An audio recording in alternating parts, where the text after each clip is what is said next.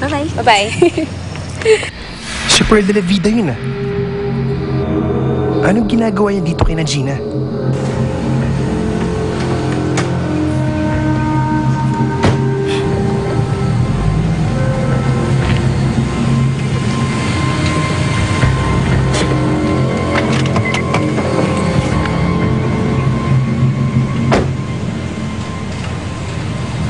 Akala ko ba hindi mo kaya si Pearl de la Vida?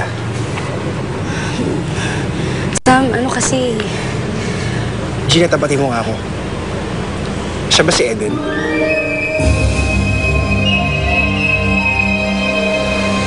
Sam, ano ba? Nasasaktan ako.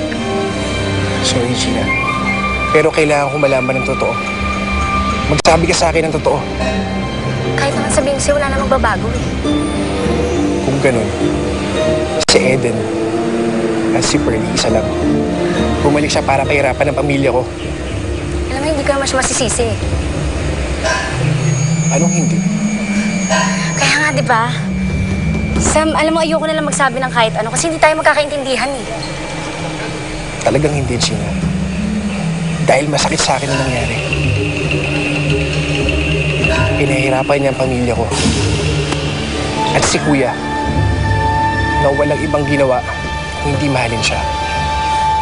Yan ba'y totoo, Sam? Kasi hindi yung nararamdaman ni Eden.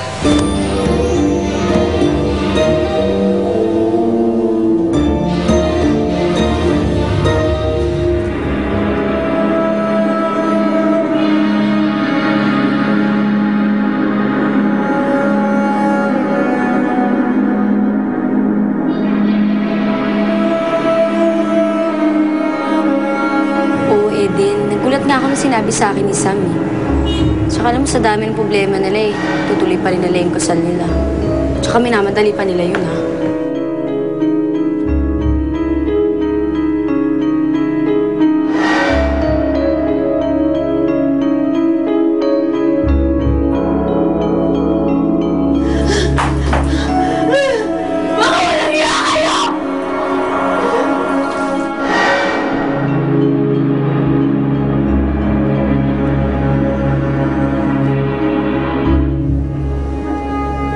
Are you okay?